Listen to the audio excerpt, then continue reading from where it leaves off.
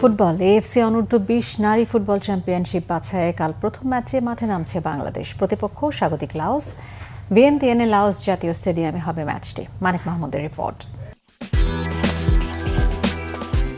6 থেকে 10 আগস্ট পর্যন্ত হবে এএফসি অনূর্ধ্ব-20 নারী ফুটবল চ্যাম্পিয়নশিপের বাছাই পর্বে 8 গ্রুপে লড়বে 33টি দেশ। গ্রুপ এইচে বাংলাদেশের প্রতিপক্ষ স্বাগতিক লাওস, তিমুর লিস্তে এবং শক্তিশালী দক্ষিণ কোরিয়া। সাফ অনূর্ধ্ব-20 নারী ফুটবলে অপরাজিত চ্যাম্পিয়ন বাংলাদেশ দলের লক্ষ্য এএফসি অনূর্ধ্ব-20 নারী ফুটবল চ্যাম্পিয়নশিপে খেলার যোগ্যতা অর্জন করা। সেজন্য পাশ করতে হবে বাছাই পর্বের পরীক্ষায়। অতীত পরিসংখ্যানে এএফসির বাছাই পর্বে আটকে ছিল লাল সবুজের মেয়েরা। তবে নারী দলের সাম্প্রতিক পারফরমেন্স দেখাচ্ছে আশার আলো। ভিয়েন্তিয়ানে বাছাই পর্বে লাওসের বিপক্ষে প্রথম ম্যাচে মাঠে নামার আগে 3 দিন কঠোর অনুশীলন করেছে আফিদা সাগরিকারা।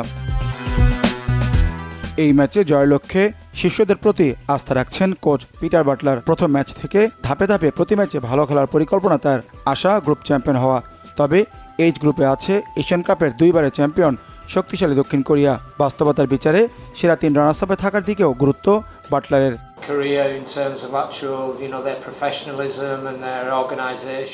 দক্ষিণ কোরিয়া শক্তিশালী প্রতিপক্ষ, কিন্তু আমাদের মূল ফোকাস প্রথম ম্যাচে স্বাগতিক লাওসকে হারানো। উদ্বোধনী ম্যাচ জিতে আমরা সামনে এগিয়ে যেতে চাই।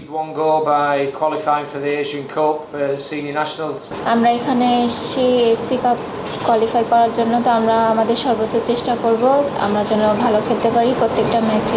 বাছাই পর্বে 8 গ্রুপের চ্যাম্পিয়ন ও সেরা 3 রানার্স আপ দল খেলবে আগামী বছর থাইল্যান্ডে এএফসি অনূর্ধ্ব-20 নারী ফুটবল চ্যাম্পিয়নশিপে। Manik Mahmud, Bangla Vision, sports desk.